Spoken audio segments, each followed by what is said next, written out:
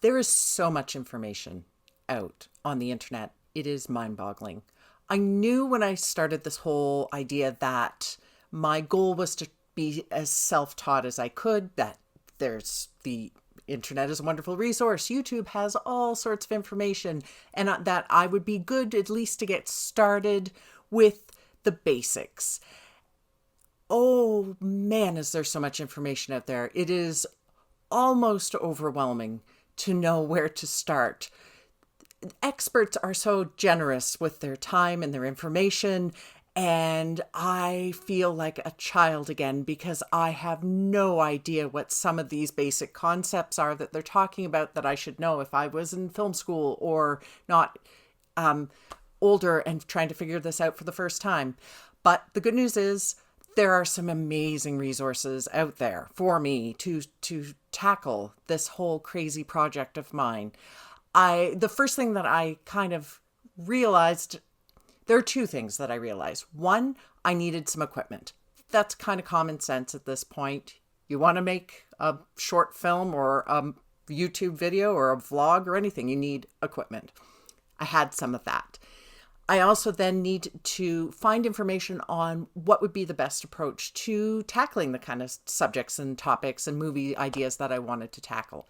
So I did some searching on YouTube and I found a bunch of really great resources on how to make short films and videos using your smartphone. I have a couple of things that I gathered, and I thought I would take this time just to talk about where I'm starting it from an equipment perspective and where I'm going to start from a script perspective, because one thing I saw over and over again in some of these videos was start simple. Of course, you start simple. The problem is I'm an author and my brain doesn't necessarily do simple. I'm like, I have all these ideas. I can do this and special effects. And that, and the very first video I saw was this lovely man going, start stories that you know you can pull off. If you don't know how to do special effects, then don't write special effects into your scripts.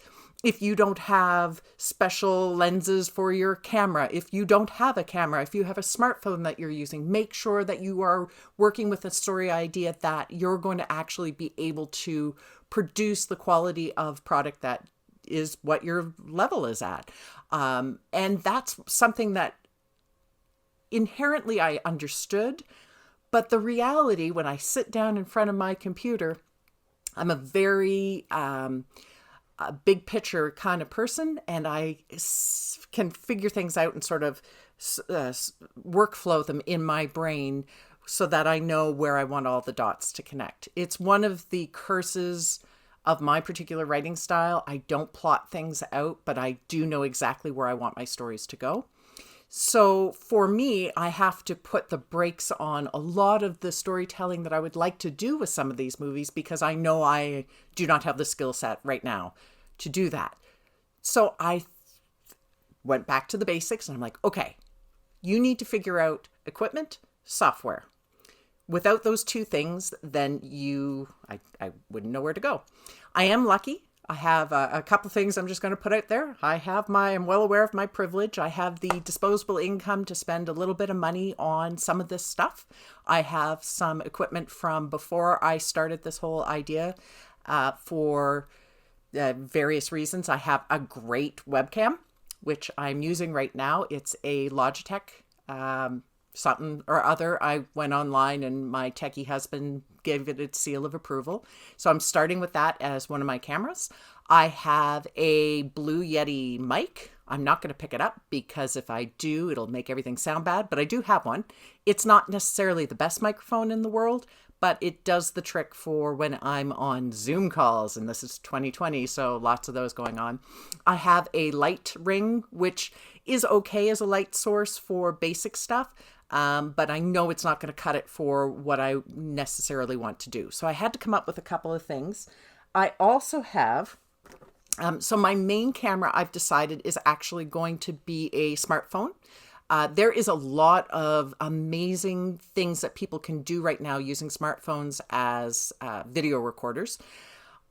I actually had to get one from my daughter because she had better technology than I did. My real smartphone. Where is it?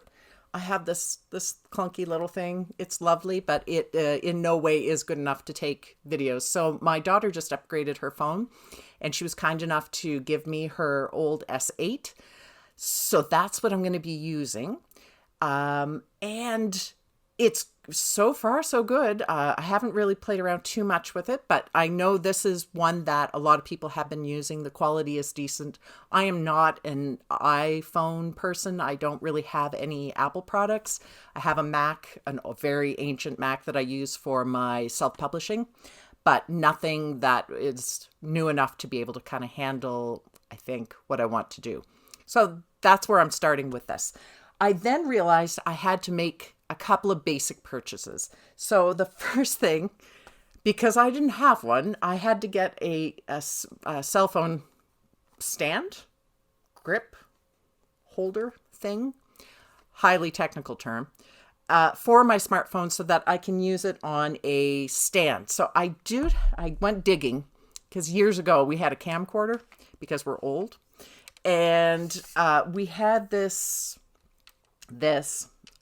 tripod, which is broken because it is. And I realized it didn't have a clip, so I had to buy a clip. So that was my big purchase this week.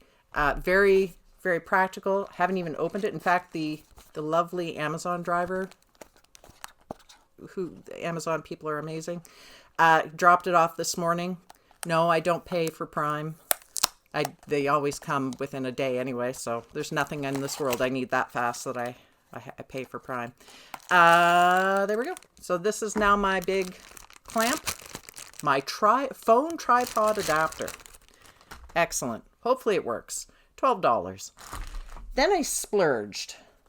One of the people I found on YouTube, and I can't remember his name. Oh my goodness. I will put a link in the description.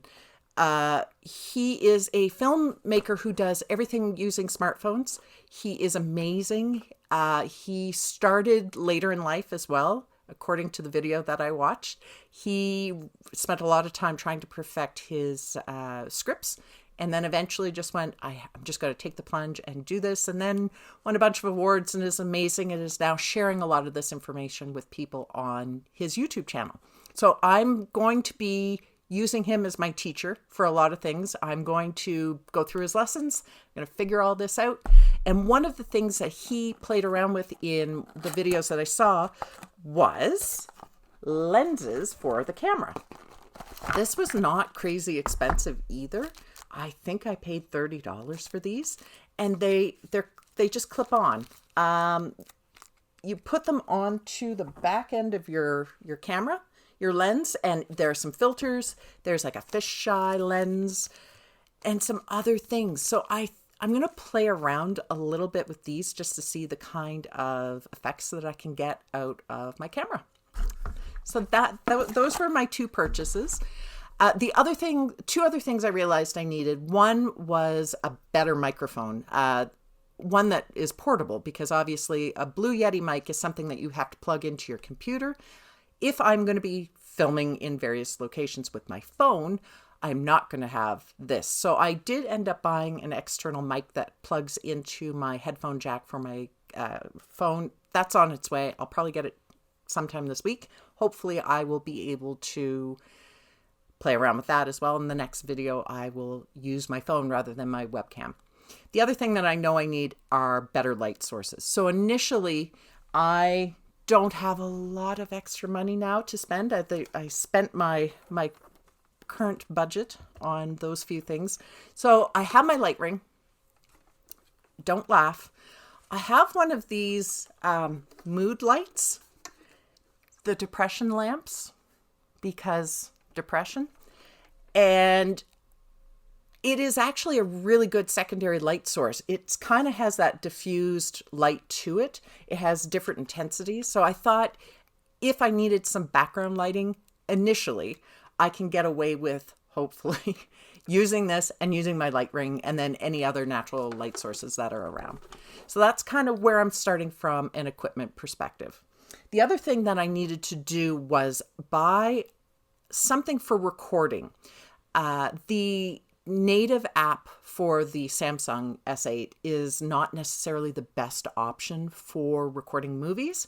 And one of the recommendations I saw online was for a program called Filmic Pro. I have not used it yet. It is $20 on the Google Play Store, and I had enough Google Play credits from answering all those lovely surveys that they have you do, and I was able to use that on the program, so I get it for free, which is great. So that's going to be my starting program. I have my basic equipment, and now I had to come up with an idea for a script. I have one.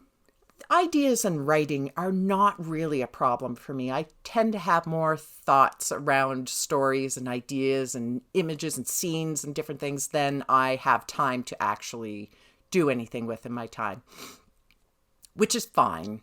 I'm a writer. I have my idea bank. I jot my things down and put them away and then typically never think of them again. But I do have an idea. I have a couple of ones, but this one, the one I'm going to start with, is something that I think I can expand over time. So my goal is to figure out how to film this.